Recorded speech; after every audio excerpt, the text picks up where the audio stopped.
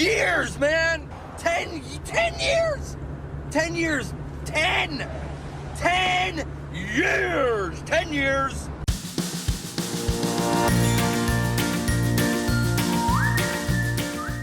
Hi there, and welcome to Baseball by Design. I am SportsLogos.net minor league baseball correspondent Paul Caputo, broadcasting live, as always, from the Sunday Helmet Hall of Fame in my basement in Fort Collins, Colorado. And I am Dan Simon, broadcasting from the Studio Simon headquarters at historic Bowman Field in beautiful Louisville, Kentucky. Dan, you have had a rare opportunity. This is something that not everybody gets out there in the world, but you have had the opportunity to attend a Baseballpalooza road trip game with the Baseballpalooza crew. That was way back in 2022, Dan. It's hard to believe that it's been that long, but you joined us for a Louisville Bats game. I got to tell you, we're just about to head out on Baseballpalooza again, and I'm super excited for it. A lot of those guys who you got to meet that night in Louisville will be back in the van touring around the northeast of the United States. What are their destinations? We're going to the Brooklyn Cyclones, the Somerset Patriots, the Hartford Yard Goats, and your Hudson Valley Renegades. Okay, you've got 2 Yankees affiliates there. Good That's for right. you. At the time of this recording, the Phillies are about to play the Yankees. They're starting up a 3-game set tonight. So we're going to do it a little differently, Dan. This is going to be the biggest Baseballpalooza ever. We've got 12 guys going. So what I've done is I have prepared one question for each of the guys, and we're going to talk to everyone on the trip for about 2 or 3 minutes. And then after that, we're going to be back with a Studio Simon stumper that I assume is going to be related to road trips or one of these destinations or who knows what. When I joined you guys for that game here in Louisville on your 2022 Baseballpalooza trip, Yeah. I believe your number then was 9, maybe even as low as 8, and now you're up to 12. Did you have a pool of 12 friends who would go on these trips, or has somebody or buddies new been added to the collection of ne'er-do-wells who join you on this trip? This is a situation where the group has grown slightly. The core group was really about 10, and then we've had some additions along the way. But this is a sort of perfect storm of all of the people who have been invited over the years were able to go, because not everyone has gone on every Baseballpalooza. We do have 4 of us who have gone on every Baseballpalooza. But that's out of 12. But most have gone to at least, this is the 10th one, Dan. This is the 10th Baseballpalooza, and I actually designed a special 10th Baseballpalooza logo for it. I haven't shown anyone that logo yet because, it's not my profession. It's an amateurly designed logo because I am not a logo designer, but maybe someday you'll see it. You'll see it in the pictures from Baseballpalooza, I guess, because we have it on t-shirts. Does having 12 versus 9 or 10 affect you finding a van big enough to seat all those people? We did have to get a 15-passenger van. The thing that it affects the most, Dan, is the dollar game, because once you get more than 9 people, you can't just do the dollar game the way you normally do the dollar game, because the dollar game relies on each person having one batter in each lineup. So I don't know what the rules for the dollar game are going to be, but we're going to have to do something different for the dollar game this year than we normally do. Yeah, for those of you who aren't familiar with the dollar game, we don't necessarily have the time right now to explain the rules of it, but I will say this. In talking with Paul right now about people joining the previous crew, you might be thinking I would love to go on this Baseballpalooza trip with Paul and his friends. Great group of guys, but they took a lot of money from me because of this dollar game, so it's not all fun. There is actually a spreadsheet that my buddy Steve keeps up that tracks all of the winnings and losings of the Baseballpalooza crowd over the decade that we've been doing this. And I'm proud to say, Dan, that I am, as they would say on the reality TV circuit, I'm the biggest loser. I have lost more money on the dollar game than anyone else. And Dan, you are on that spreadsheet, because you participated in the dollar game that one night. So I kind of feel like I lost something like $30. Is that an amount you would lose in one? I'm actually looking it up here. I'm on the spreadsheet. Dan Simon. All right, Dan, the Omaha Storm Chasers at the Louisville Bats on August 18, 2022. I guess this is not just literal inflation, but maybe mental inflation here, Dan. You lost $16. Oh, okay. So says Somehow it doubled in my recollection. yeah. And Okay. you'll be happy to know that the only person who lost more than you that day was me. I lost $24. Yeah, I think my guy got one hit and it was a single. That's the difference right there. Your player obviously had an offer. Well, it's I'm looking forward to it, and I can tell you that career over 10 Baseballpaloozas, I have lost $213. So, $21.30 per Baseballpalooza. That's a fee that I am willing to pay for a certain amount of fun. Well, you have it down to it's the age of sabermetrics, It's true. It's You've true. got you have a per Baseballpalooza number as opposed to just the full numbers. But you mentioned looking forward to it. Yeah. Are you looking forward to today's episode's stumper? I am absolutely looking forward to the stumper. Thank you for moving us along as always, Dan. And we're going to get to 11 Baseballpalooza attendees. As I said, there are 12, but I'm one of them, so I'm not interviewing me. And then we'll be back with a Studio Simon Stumper 11 questions later. Okay, I'll see you then.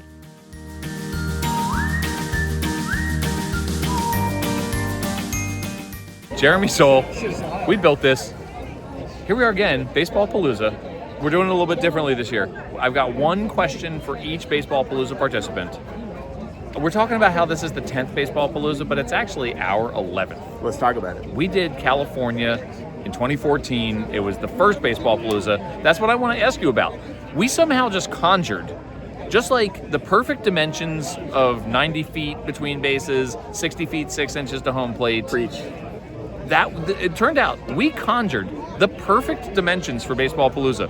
4 days, fly in on a Thursday, see 4 games, including Sunday, fly out on a Sunday. We're here at the Brooklyn Cyclones right now. We just did our first ever public transportation to a Baseballpalooza game.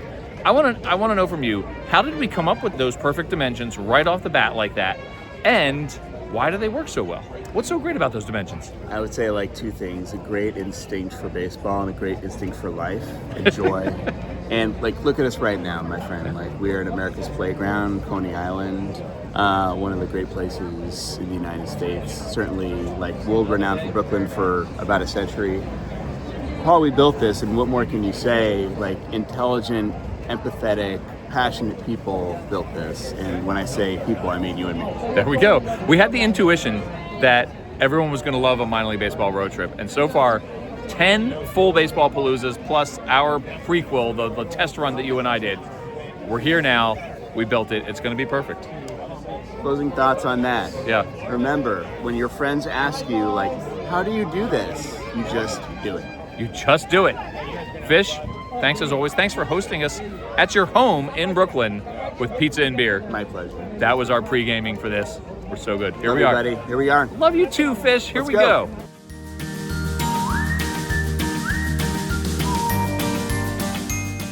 Steve Bob, the hotel organizer, the keeper of the records for the dollar game.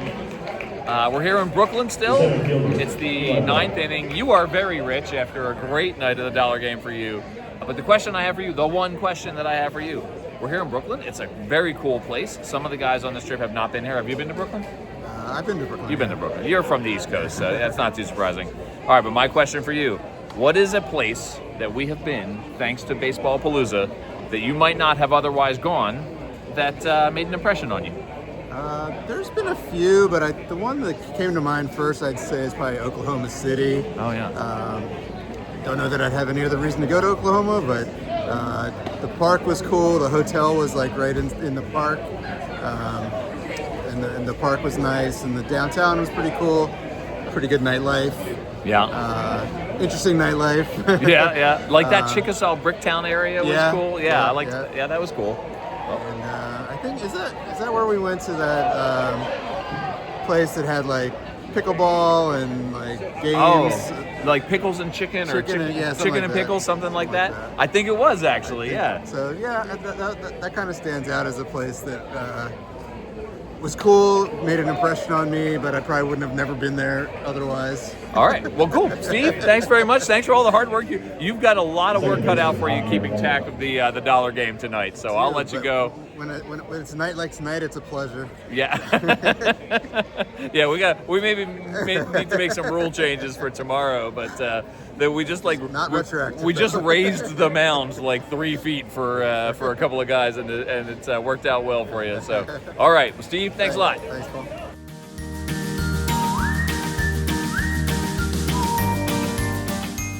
Rob Wright, Perlman. Yes. It's Baseballpalooza. It's day 2. We're here at the Somerset Patriots. Beautiful night for a ball game, beautiful ballpark. My question for you, when someone asks you about this, like say your parents, your wife, your friends who are not on this trip, they ask you, what is Baseballpalooza? What is this thing that you're doing? Yes. What do you tell them? How do you describe this to Well, them? the first thing they ask usually is, who started this thing? So I tell them all about you. But Yeah. the second thing is they ask, okay, well, how do you decide where to go? Oh, yeah. Or they have questions like, are there that many minor league parks in a concentrated area of the particular areas that kind of tell them where we've been, Pacific Northwest, the Carolinas, etc. But I think the thing that people are most curious about is you pick an area of the country, you go to these games, you just go to watch baseball. Right. I said yes, and we do the dollar game, and they said, ultimately they say, sounds like great fun. What a great idea.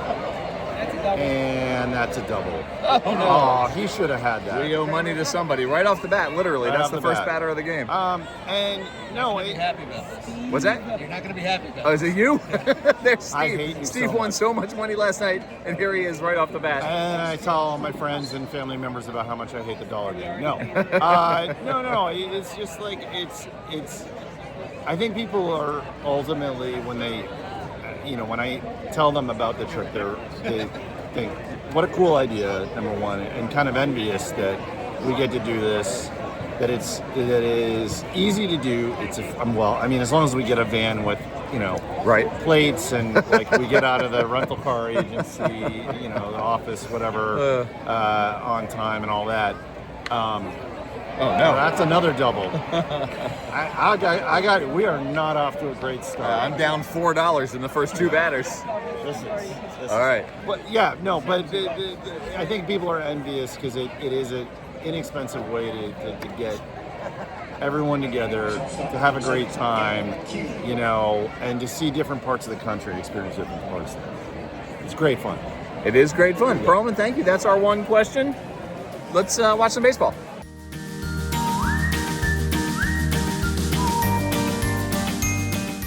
Dave Hurdy. Hey, Paul. Good to see you. Look, it's the 5th inning, Game 2, Somerset Patriots, our Richmond Flying Squirrels. Absolutely. As listeners of this podcast know, most of us on Baseballpalooza went to the University of Richmond, so we're enjoying watching our Flying Squirrels, who have a 2-0 lead. Speaking of the Flying Squirrels and all of the minor league baseball teams, they all have wacky nicknames. These nicknames mean something. They come from something rooted in the community. We see 4 of these every year. We've seen a bunch of them. You've been on 4 or 5 of these trips, so you've seen a handful of these teams. My question for you is, first of all, you're an avid listener of Baseball by Design, and I appreciate that very much because that makes about 10% of the people in the van avid listeners of Baseball by Design. What is a team that has a name that has caused you to learn something about a place that we visited? What have you learned about a place that we visited through the minor league baseball team name? Well, I'm actually going to go with where we're at tonight, the Somerset Patriots and their alternate identity of the Jersey Diners. What did you learn about New Jersey, but from the New Jersey Diners alternate identity? Well, I didn't realize that Jersey Diners were quite the cultural phenomenon they were. Yeah. Certainly a lot of them around. Walked Yeah. into the team store, and that is a huge draw here in Somerset with the number of shirts and jerseys and hats that they have available. Lots of jerseys walking around tonight with the Patriots game that have got repping the Jersey Diners. And Jersey Diners are like a not just a phenomenon, but very specific, right? Like a diner is like a trailer car, and you know this. You're nodding already. Yep. Got that. Learned a lot from Baseball by Design's New Jersey cultural correspondent Al Langlois about the. He's sitting right next to you. He sure is. He just gave the peace sign. Hold on, I gotta do the fist pump. Yeah, he's giving a fist pump to this audio podcast. But yeah, just the specific instance of Jersey, what diners do to the state of New Jersey, the menu items, the pancakes, the bacon, the scrapple, all the good things. It's very relevant. Did not realize that there was that much quake to it coming here to Somerset, and I was like, look, baseball by design. It's right here. Right here. We're probably going to hit a Jersey Diner tomorrow for breakfast, I would guess. Probably will. That's my guess. We have an activity planned at 10, so we're going to need breakfast tomorrow morning. That's right. I tell you what I learned from the Somerset Patriots is how to pronounce and spell the word semi-quincentennials. Another one of their alternates. You want to see me do it? Do it. Semiquincentennials. Semi-quincentennials. That is amazing. Purdy, thank you for answering one question on Baseballpalooza. See you, Paul.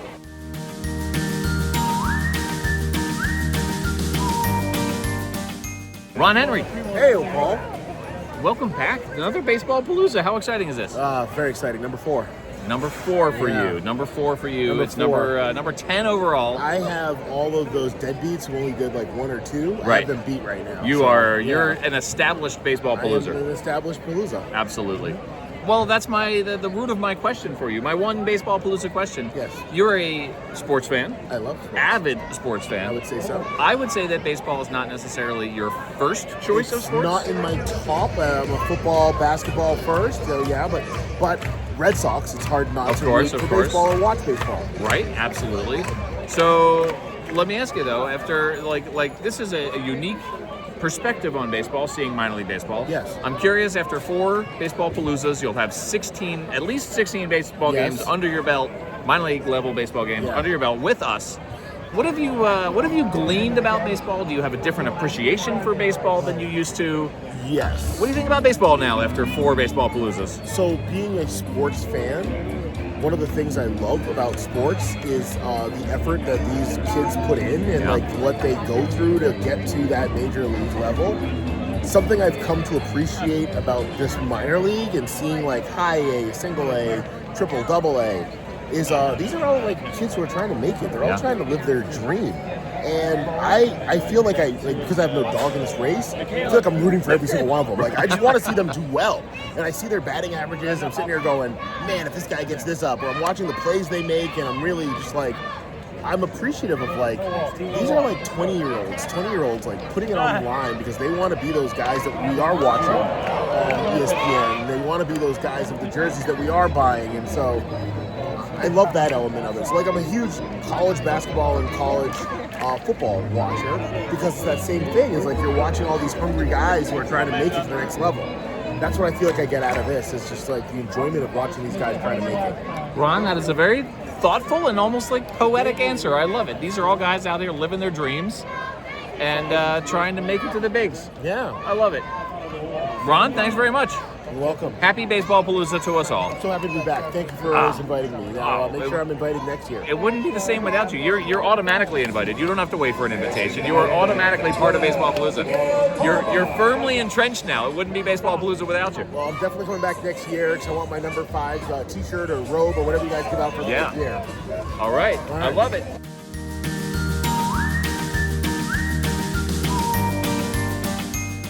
Michael Zimmer.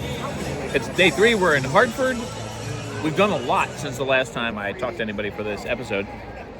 We went out last night to Topgolf. We went to a Jersey diner this morning. We went miniature golfing. So this is my one question for you on the Baseballpalooza road trip. There's a lot of stuff that's not baseball specific. What are your favorite things that we do on these trips that is not baseball? I like the urban legend that spews around. I've heard rumors for years that there's this thing that exists called the Google Doc. Yeah. Oh, there is. And I've heard rumors of it, but I've never seen it. I have it on. I mean, I take it on faith that it, but I don't know that I'm a believer. That's got to be it. It's the urban legend of the Google Doc. There's the urban legend of the Google Doc. I even suggested that maybe you had put bad information into the Google Doc, and you said there's zero chance that I put any information. I know it's a myth. How can I put something into a Google Doc that I don't think is even written? You sit in the back of the van. I usually sit in the front of the van. It's different cultures. What's going on in the back of the van? Well, sometimes it's hard for people to release control. Yeah. And sitting in the back of the van is a lesson in putting trust in others, because it doesn't really matter what you say or do. You're in the back. You got no authority. You got no control. You're along for the ride. And it's hard for some to accept that. I took a break from driving today, and I sat in the back of the van. It didn't go well for the back of the van. We were losing some street cred. Let me tell you that the culture of the back of the van did not suit me. It was really stressful for you, wasn't it? You know what it is for the rest of us, though? We don't care because we're busy playing Rocket. Where are we going? What are we doing? Just let me know when we're going to stop and eat, and I got to turn off Rocket. Yeah. And, it's a different culture. You're right. Michael Zimmer, we keep doing this year after year after year after year, and you're always here for it. I love it. I'm in. All right. I should mention, by the way, we were college roommates, you and me. We were. And here we are 33-something years later. It's been a long time. Here we are still. We're doing it. We're doing it some more. Yes, sir. All right, man. Thanks, Zim. One more to go. One more game. Well, I mean, one more year. Next year, we'll do it again. Well, yeah, we'll keep going. We'll see you again. We'll be back here next year. Maybe not here. I was like, there's only one? There's only one. I hope we have a lot more of these. You never know. We are kind of old. There comes a point where there is only one. Baseballpalooza, Hartford Yard Goats. We're in the upper deck in right field. And it's a lovely ballpark, a lovely night. Let's go, Goats. Go, Goats.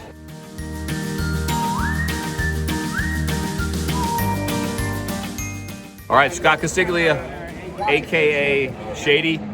We're still here in Hartford. Hartford is kind of like a bigger town. Last night we were in New Brunswick. We did some Topgolf. I'm curious, for people who are interested in a baseball road trip, my one Baseballpalooza question for you. By virtue of going to minor league baseball stadiums, you see sometimes smaller towns, sometimes bigger towns. We're in Hartford, Connecticut right now. What makes a good road trip town for you? What sets apart like some of the places we've seen together in Baseballpalooza as compared to like maybe a town that you'd be less interested in? Yeah, I'm really interested in towns that have something kind of extra to do. Things that are kind of pretty cool to visit. Like we went to Louisville. They had the Muhammad Ali Museum. They had the Louisville Slugger Museum. Those are both really cool things. Went to South Bend, Indiana. Got to visit the campus of University of Notre Dame.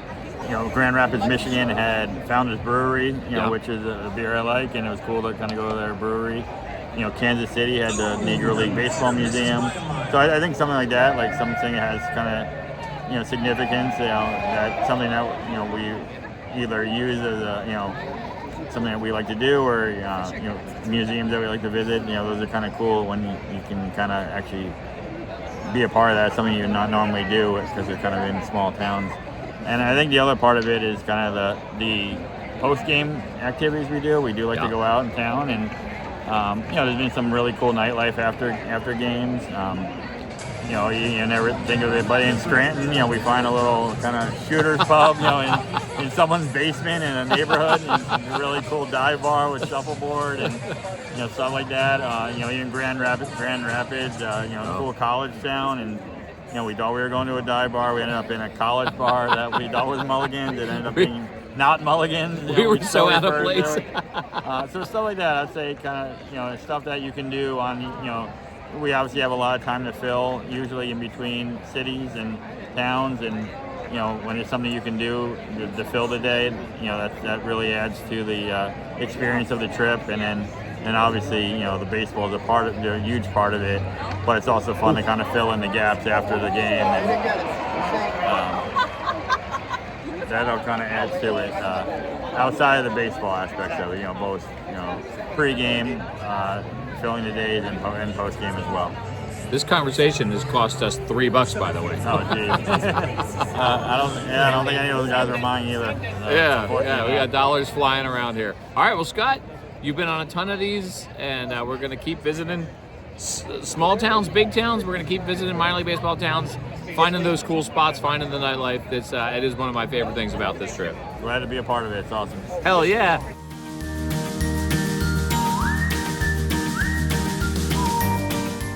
John Langlois, you have been on all 10 Baseballpaloozas. True. You are a diehard. You won't miss them. I am a diehard paloozer or loser for sure. So, given that, we have seen, by the end of this trip, we're on night 3, we're in Hartford right now watching the Yard Goats from the upper deck here in right field. Beautiful view, beautiful night. We will have seen 40 ballparks, 23 states, 1 Canadian province. Okay. Multiple levels ranging from independent ball all the way up to the majors. We've seen one game. We saw the Cubs play. Maybe the hottest any of us has ever been in the bleachers at Wrigley Field is what I meant to say there. So my question for you, my one Baseballpalooza question is, how do you gauge whether it's a good ballpark or a bad ballpark? How do I personally, or how should one?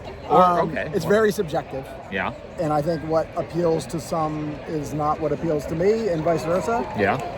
What I tend to gravitate to are the stadiums that are kind of built into the city itself, right? So I tend to like the ones that are in the city as opposed to out in the outskirts or like a suburb or something like that.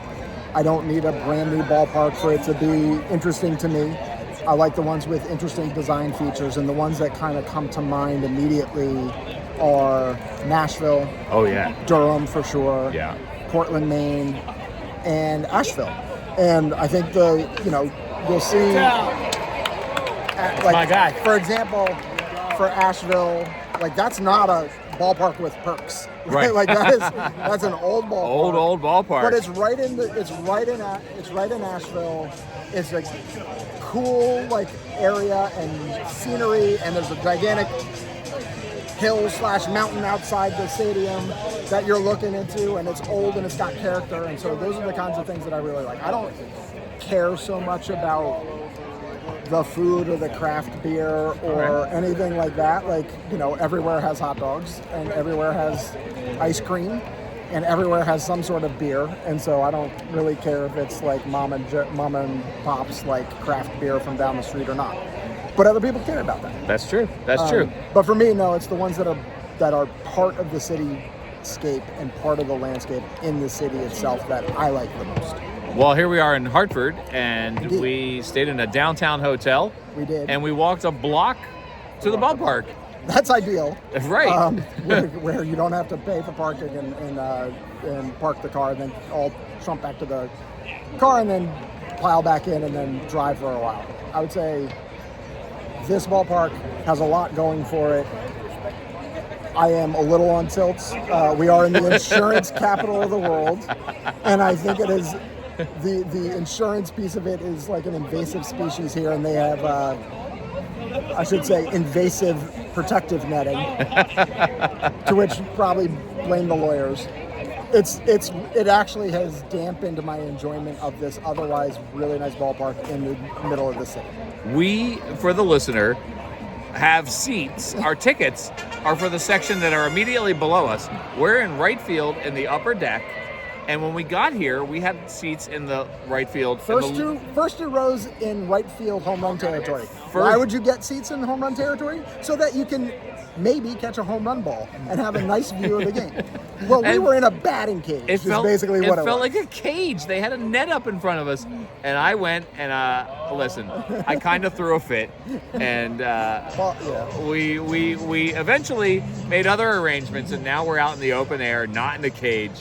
It's way better now. But yeah, that the sour adrenaline was going there, man, trying to get that sorted out, and so. But we're in a great spot now, and we got a beautiful view, and it's been an enjoyable evening. So thank goodness we got that sorted, and we just sort of took care of it ourselves. That's a home run. John, I've won some money while I've been talking to you here.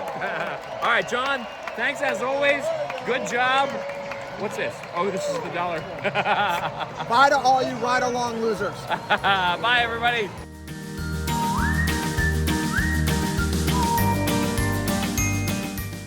Elaine Gowdy, this is a first for us on the Baseballpalooza ride-along. It's a first for us on Baseballpalooza. We've never had a woman at one of our Baseballpalooza games. Elaine, welcome. Thank you. Elaine, Excited to be here. You live not too far away. We're here at the Hartford Yard Goats right now, and we're thrilled to have you here. Thank you for coming and joining us. And I'm taking advantage of this opportunity that you're here because I asked your husband, Perlman, we call him Perlman. Yep. I asked him last night, basically, how he describes this phenomenon that is Baseballpalooza to the people he loves, to the people in his life. So you all are married, and so this is an opportunity for you to see, let's check, like maybe kind of like a newlywed game, even though you guys have been married for like what, 15, 16 years? 20 years, oh my God. Yeah. I was at the wedding. That was a long time ago. It was a long time ago. Yeah. Yeah. So we're 7 innings into your first ever Baseballpalooza game. How was this event described to you? How has this been explained to you? Well, it's been described as... First of all, you know I don't know if it's ever actually been described, if I'm being honest. Okay. I think it's more just sort of an understanding that he is going on a trip to visit a number of minor league baseball teams and see games in a general geographic region, and he spends time with his friends that he went to college with. I mean, that's about as spot on as you can get right there. That's pretty much it. I think, though, if I'm, as I'm observing, as an outsider watching this, Right. what he is missing is that, like, there is a true element of, like, male bonding that's going on that he's, like, not going to name for me, Sure. which I kind of assumed was happening. Yeah. But I'm seeing it through, like, bits and ribbing and playing out through the course of the game. That part's really been fun. They don't really talk about anything serious. So I've had to do my own like digging and dish studying this time. I've gotten some pointed questions from you myself, of course. Yeah, Of course. I gotta get the tea. That's right. I would imagine your perception of this is that it's fairly silly.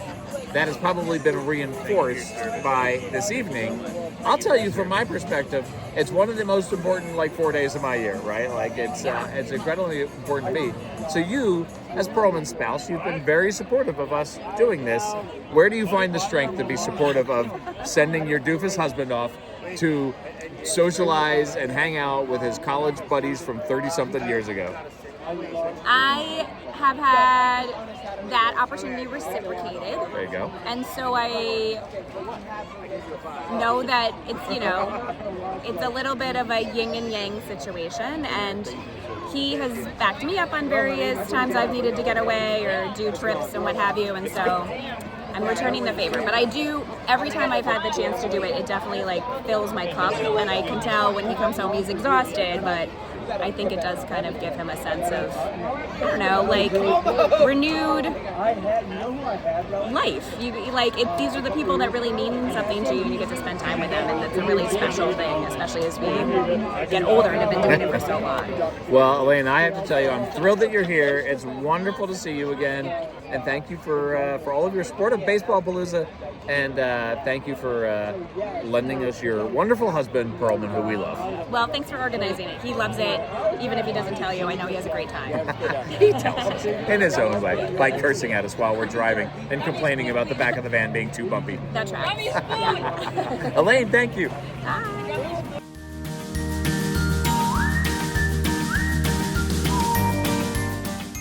Scott Mealy. Go on, Eric! Hi, Paul Caputo. Day 4. It's Baseballpalooza Sunday. We got the lookout party deck here at the Hudson Valley Renegades. I'm kind of loving this. Yes, look over the shoulder. Yeah. Got food, sodas, water. It's awesome. It is awesome.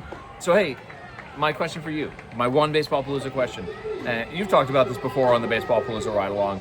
You played baseball at a high level. You played baseball at University of Richmond, our Richmond Spiders, Division I on the same lineup with Sean Casey. My question for you is, we've been driving around watching baseball for 10 years doing this. We've seen a lot of baseball at different levels, from independent all the way up to the majors. As a high-level baseball player, has your perception of like baseball at the different levels changed for better or worse? Are there any levels where the play is better than you thought it was going to be, or vice versa? That's quite a long question, Paul. Yeah. My answer is short and simple. I'll say no. Oh, okay. I'll expand that. They are who you thought they were. Yes. Surprising, like the levels in baseball, I don't think there's any other sport like that with so many minor leagues before you get to the pros. I would say my impression of the different levels has remained consistent, I guess. Like the rookie level, independent level, it's, I wouldn't say a very high level. Yeah. It's not great baseball. The stadiums aren't great, the fields, like everything about it. And then I'd say as you go from single A to double A, triple A, I guess it kind of seems maybe 20% better each level. Oh, okay. Just the stadiums, the fields, the players, the community, like the food, the concessions at the stadiums are better the higher you go. And I always had thought, like, AAA is right under the majors, and those guys could play in the majors like today. Yeah. A lot of them do. They go back and forth. So I'd say it's solidified. It's solidified what I thought it was. Let me ask you a quick follow-up question, because that makes it 2 Baseballpalooza questions. Is there a jump from one level to another level that you think is the highest? Probably single A to double A. Okay. That's just my guess. All right. So I think a lot of the double A players, they can go straight to the majors, and then a lot of guys stay in single A for years and years and they never make it up. Yeah. All right, Scott Mealy, Baseballpalooza. We're almost wrapped on another one.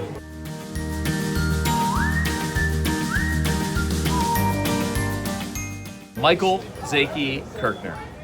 Yes, sir. It's your first ever Baseballpalooza. We've been trying to get you to come to this thing for 10 years. It's an honor and a privilege, sir. 10 years. You're here now. We took a baseball trip together a long time ago. It was Baseballpalooza before Baseballpalooza was Baseballpalooza. Listen, that's a little bit sacrilege. Well, I'm not going to stand for that. But, come on. But we took a baseball trip that was a spring training, spring break trip when we were in college. Yeah. 32 freaking years ago. 1994. 1994. My question for you, basically, is what the hell got into you that made you want to come back for this thing? No. There you go. That's basically it. No. I want to basically just get your observations on what we did 32 years ago compared to this trip here, these 4 days.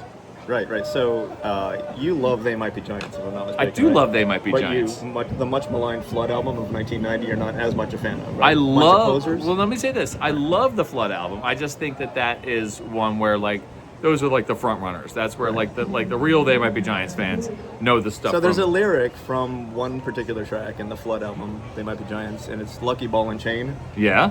I was young and foolish then, I feel old and foolish now. That basically just sums up my whole experience with 1994 versus 2026. No, not at all. So observations. I mean, I would say half the money back then, twice the energy. Now that's reversed, right? Yes. Double the money, half the energy. So we piled into Herdy's dad's Volvo station wagon, barreled down 95 from Richmond to Florida to multiple locations in Florida. It was dog track in the morning. It was beach in the afternoon. It was minor league baseball in the evening, drink at night, rinse and repeat, 4 hours of sleep a night, epic time. It's like by day 2 of this, I was thinking, man, we're going to repeat this whole thing. We're doing it all over again, but with a van. Yeah.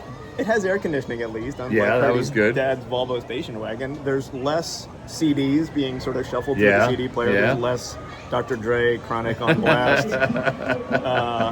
But I would say the experience of the minor league baseball parks is essentially equivalent to what it was, but 20 degrees cooler, right? So yes. Small, intimate venue. We're able to get as close as we want to. Get a lot of perks because the attendance has never been super high. People are happy to have as many people come to these games as possible. We had an equally fun experience at each of the games we did in 1994 as 2026. Yeah. And because you've been doing this podcast for such a long time and, carry a lot of weight as a result of that, having been doing this for a long time and minor celebrity status within the minor league baseball community, you got us all kind of freebies that we didn't have access to back in 19... I'll tell you what. You know, like the 1994, right? I mean, we're sitting in a suite right now. I mean, who would have thought us, a bunch of jokers, in 1996, sitting in a suite, being with free hot dogs and hamburgers, man. Being a D- level minor league baseball celebrity has its perks. Zaki, we're glad we finally got you back out. Dude, I'm so glad to be here. Thank you so much for inviting me. I hope to be invited back again, man. I'll be happy to come to every subsequent one until my dead and dying hands are not able to clutch a baseball bat, a hot dog, or a beer. I'm going to keep coming back. Here's something that's notable. One last notable note on that 1994 baseball road trip. It was you, me, Dave Hurdy, Mike Zimmer. We're all four of us on this Baseballpalooza. And to boot, we are going to end up as the last four here again because of flight cancellations and delays. Right. That's right. And wait. So this time, one more thing. We didn't have to share a double or triple bunk any beds. But just like 1994, it ends up with just the four of us jokers. Four of us in doubling one up hotel on room. beds in one hotel room. That is going to smell so bad, just like 1994. Well, the good news is it will only be till like 3 in the morning because all of our flights are at like 6 a.m. now. We wake up and haul off to different airports. Yeah, it's going to be great. Zaki, we'll see you. Yes, sir. Thank you.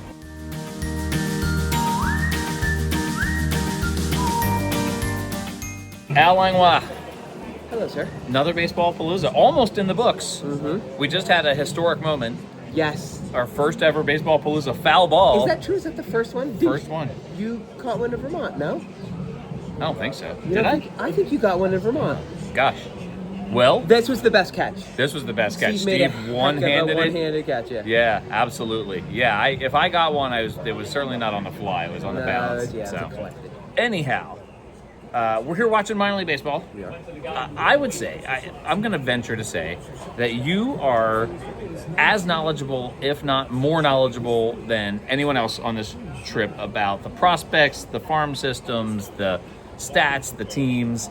You are jokingly referred to as Stat Boy. Is that a joke? I think it's a joke. I think it's meant to be be. endearing. I've never called you Stat Boy. For the record, you'll notice I've never called you Stat No, Boy. you have not. That's... My question for you, my one Baseballpalooza question for you is, do you experience these games differently from the rest of us in terms of, are you watching for who are the up-and-coming prospects?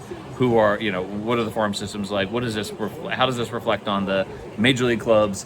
Or are you watching for the 19 mascots they have in Hudson Valley, the between-inning activities, the music, the fun, the food, etc.? So I would say I think I probably pay more attention to the prospect, the overall quality of the team's minor league system. Like when I did look, I was like, okay, well, who are we seeing? We're seeing Yankees, we're seeing Phils, we're seeing Toronto, and we're seeing Colorado this trip. I was like, oh darn it, Toronto, Colorado, and Philly all have terrible systems.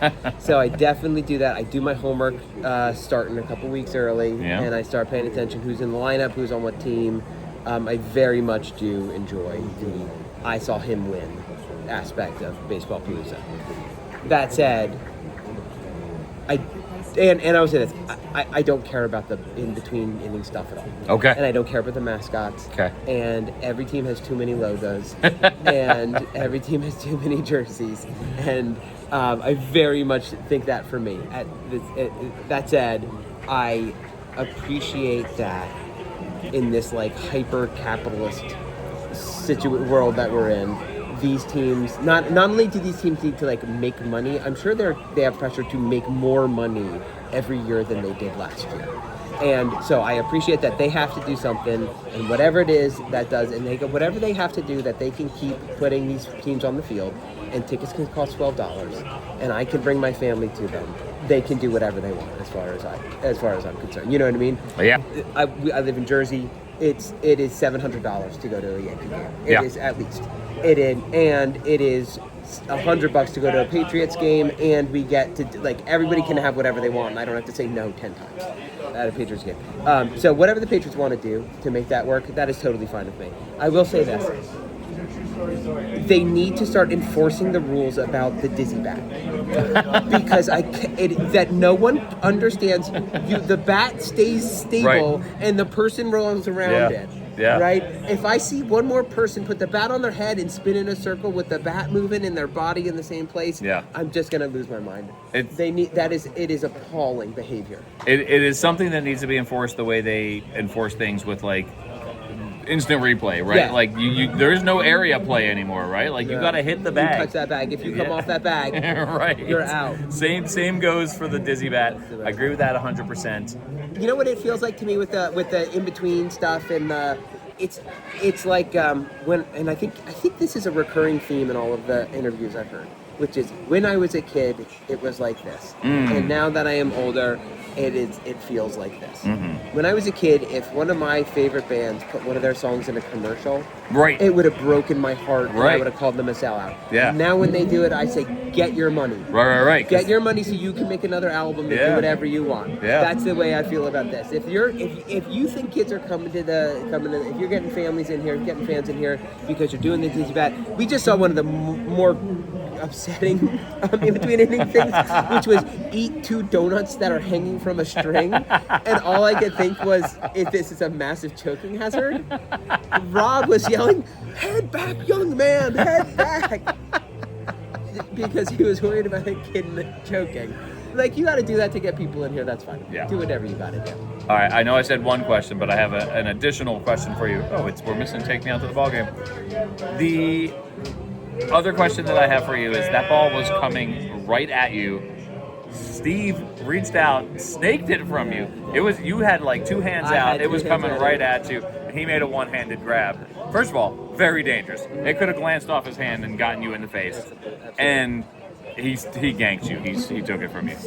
I have 2 thoughts on this. Yeah. One, I was looking at my phone when the ball was hit, so okay. I did not deserve to. I was checking box scores. Yeah. So Steve was not. He was paying attention. He deserves the.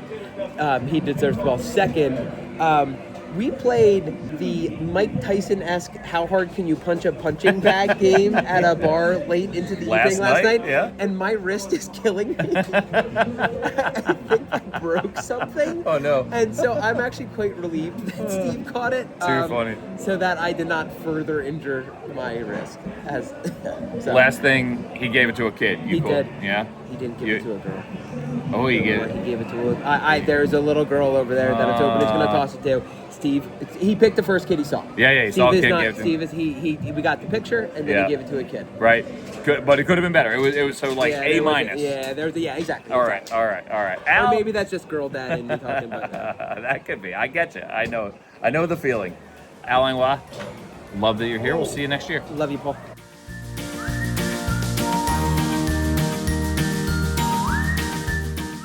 All right, everyone, welcome back. It is time for a Studio Simon Stumper back in the old Sunday Helmet Hall of Fame, off the East Coast for now. What a blast all that was, Baseballpalooza. I'm assuming that, Dan, because I'm recording this before we actually leave for Baseballpalooza. So I hope that sounded like fun, because I hope that we had fun. But anyway, Studio Simon Stumpers. Dan, you're back. I am indeed. And when I was trying to determine what kind of stumper I would come up with for this, I asked myself, what is Baseballpalooza? And simply put, it's a baseball road trip. So our Studio Simon Stumper today will be about one of Moviedom's most well-known baseball road trips. You know what? Before I mention which one that is, you want to take a guess at what would be one of Moviedom's most well-known baseball road trips? I would say, Dan, that's got to be Kevin Costner road tripping to Fenway for in Field of Dreams. Yes, that is indeed the one. And so our Studio Simon Stumper today asks, which leg of Kevin Costner's Ray Kinsella character's baseball road trip was the longest? Was it Dyersville, Iowa to Boston, Massachusetts? Was it Boston, Massachusetts to Chisholm, Minnesota? Or was it Chisholm, Minnesota back home to Dyersville, Iowa? Which was the longest? There were 3 legs of that trip. I just thinking about this logically, I hope I'm not missing anything. You'd basically have to go through Iowa to get to Minnesota from Boston. So I would say Boston to Minnesota would be the longest leg of that 3-legged road trip. Okay, you are correct, but your